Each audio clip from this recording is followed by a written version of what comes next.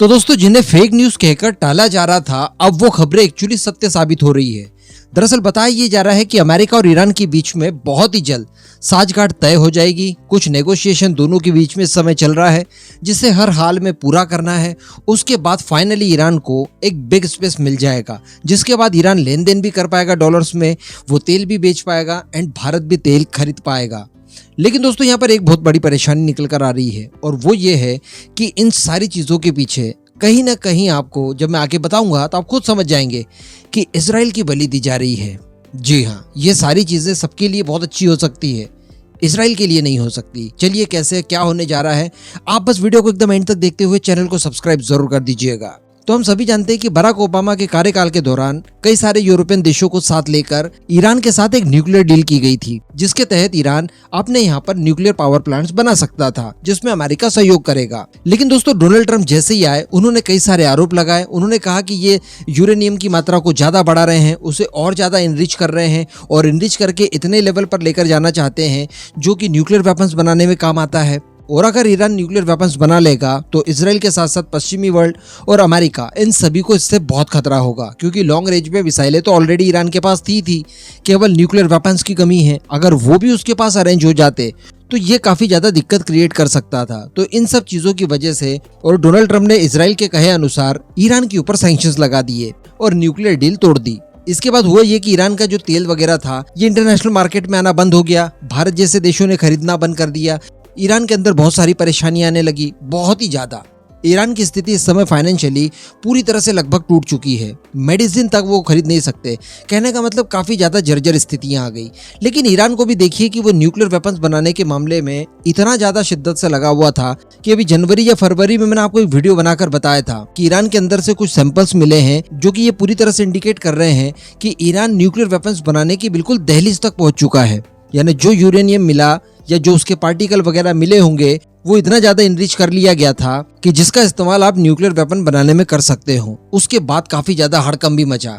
तो अब बताया जा रहा है कि अमेरिका की तरफ से ईरान के साथ अनऑफिशियली एक डील की जा रही है, क्योंकि इसके पीछे का कारण ये बताया जा रहा है कि अगर डोनाल्ड ट्रंप द्वारा लगाए गए सभी के सभी सैंक्शंस वापस करने हो या फिर ईरान के साथ न्यूक्लियर डील में वापसी करनी हो, तो इसके लिए जो बाइडेन को प्रस्ताव पास कराने होंगे, और वो अमेरिकन संसद में होंगे। वहां पर भी भारत की तरह लोकसभा राज्यसभा है, तो काफी ज्यादा दिक्कतें हो सकती है।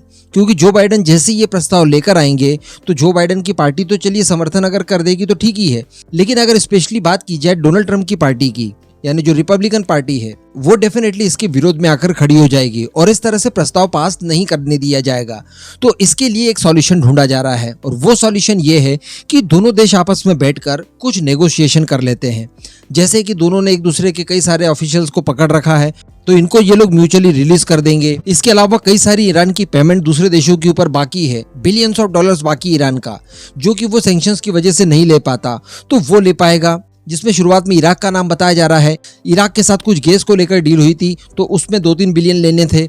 इसके अलावा साउथ कोरिया है, साउथ कोरिया से भी 6-7 बिलियन डॉलर्स लेने थे, तो ये सारी पेमेंट वगैरह ईरान ले पाएगा। इसके अलावा ईरान ने ये डिमांड की है कि आपने जो यूरोपियन देशों में, अमेरिका में हमारे एसेट्स को जो फ्रीज करके रखा है, उन्हें भी आप रिलीज कर दीजिए। जो हमारा पैसा वगैरह विदेशी बैंकों में जमा था, जिन्हें आपने फ्रीज कर दिया, उसे भी आप रिलीज कर दीजिए। तो यहाँ पर भी बात बन सकती है। तो इस तरह से एक आर्टिफिशियल पूरा इकोसिस्टम तैयार कर लिया जाएगा, जिसके तहत अमेरिका को सैंक्शंस तो वापस नहीं लेने पड़ेंगे, लेकिन इसके बावजूद ईरान को उतना ही फायदा मिल जाएगा। अब ऐसा क्यों किया जा रहा है, तो इसके पीछे 2 कारण हो सकते हैं। एक कारण तो ये है कि जो बाइडेन ने अपने इलेक्शन कैंपेनिंग के दौरान भी इन चीजों को प्रमुखता से उठाया था, और उन्होंने कहा था कि हमारी पार्टी अगर जीतती है, मैं प्रेसिडेंट अगर बनता हूं, तो ईरान के साथ न्यूक्लियर डील में वापसी करूंगा। इसके अलावा एक कारण सामने निकलकर ये आ रहा है कि जब से ईरान के साथ न्यूक्लियर डील तोड़ी है, उसके बाद से ईरान थोड़ा सा बेकाबू हो गया है, क्योंकि न्यूक्लियर डील के तहत ईरान के ऊपर एक शिकंजा कसा जा सकता था और ईरान के ऊपर अंतरराष्ट्रीय संस्थाओं की पैनी नजर होती थी।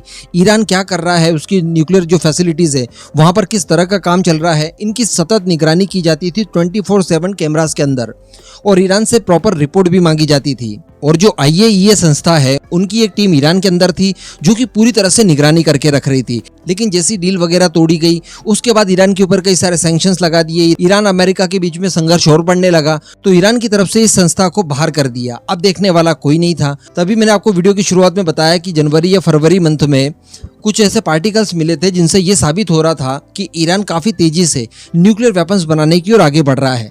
तो बताया जा रहा है कि अमेरिकन ऑफिशियल्स अगर थोड़ी बहुत साठगांठ करके ईरान को थोड़ा सा रिलीफ अगर देंगे तो इस बहाने ईरान के ऊपर निगरानी रखी जा सकती है। इसके अतिरिक्त दोस्तों ये समझौते भी हो सकते हैं कि रशिया यूक्रेन वॉर में आप जो रशिया को मदद कर रहे हैं ये आप बंद कर दीजिए, और वास्तविकता में ईरान की तरफ से बहुत बड़ी मदद रशिया को की जा रही है। तो इस तरह के कुछ महत्वपूर्ण पॉइंट उठाए गए हैं जिनको लेकर ईरान और अमेरिका के बीच में आपसी डिस्कशन हुआ, काफी ज्यादा इनके ऊपर सहमति बन गई है। और बताया जा रहा है कि आने वाले कुछ ही समय में 1 या 2 सप्ताह में हार्डली ईरान को ये सारी फैसिलिटीज वापस से मिलने लगेगी, और इसके बाद पूरे चांसेस है कि ईरान का तेल इंटरनेशनल मार्केट में आ पाएगा। उसके बाद डेफिनेटली अमेरिका कह देगा कि देखिए हम तो किसी को देख नहीं रहे हैं, हमारी आंखें बंद है, हमारी आंखें जब तक बंद रहती है तब तक आप कोई भी तेल खरीद सकते हैं। तो डेफिनेटली इसमें भारत भी एक होगा और भारत जैसे देश तेल खरीदना शुरू कर देंगे। लेकिन यहाँ पर अगर इजराइल की बात की जाए तो इजराइल ने ये सारी कुछ चीजें इसलिए करवाई थी कि एक तो ईरान फाइनेंशियली पिछड़ जाए। फाइनेंशियली ईरान जितना ज्यादा पिछड़ेगा उतना ज्यादा ये इजराइल के लिए खतरा कम होगा, क्योंकि ये सारे सैंक्शंस वगैरह हट जाने के बाद, ईरान का तेल मार्केट में आ जाने के बाद ईरान के पास जो पैसों का फ्लो जाएगा ना बॉस, वो अनलिमिटेड हो जाएगा। ईरान बहुत ज्यादा मात्रा में ऑयल प्रोड्यूस कर सकता है। तो कहने का मतलब पैसे की जब अगर किसी तरह की कोई दिक्कत ईरान को नहीं रहेगी तो उसके बाद तो ईरान सारे बैरिक तोड़कर धड़ाधड़ हथियारों के ऊपर काम करेगा, जो कि इजराइल के लिए सबसे ज्यादा खतरनाक साबित हो सकता है। इस समय अरब वर्ल्ड में अगर इजराइल के लिए कोई एक खतरा अगर देखें तो वो ईरान ही है।